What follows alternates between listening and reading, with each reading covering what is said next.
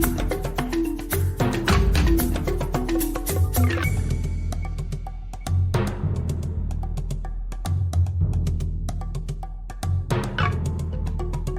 there are other opportunities opening elsewhere, right? With the drying up of Western funding, we'll have writers that you all know, Dennis Mugar, Troy Onyango, who's here and I want to acknowledge, and Zukiswa, who've all recently been published by Nigerian publisher Masobe Books, right?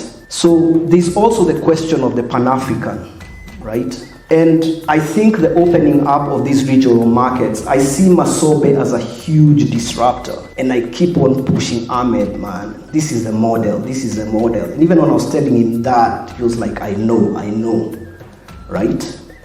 So for me, even while we think of our own commercial space, the recognition of what the likes of Masobe are doing and the success of what they are doing and how that can be replicated here, I think becomes quite important.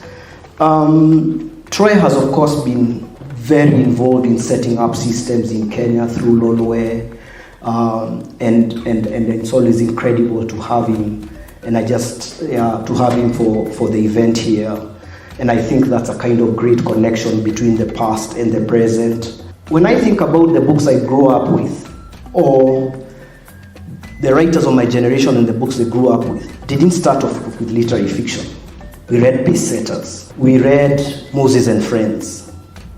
We also read a lot of Western popular literature. But at this moment, you can't really identify mainstream popular Kenyan literature. And we haven't been able to identify that. And for me, the question is why?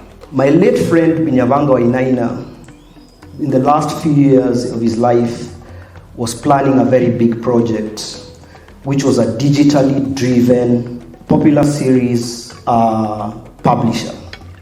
And he wanted to publish erotica, crime, and romance. He wanted to take the Pace Setters model and kind of take it online. And his argument was always that this thing we've been doing is great, but we need now to go back and rethink about our base.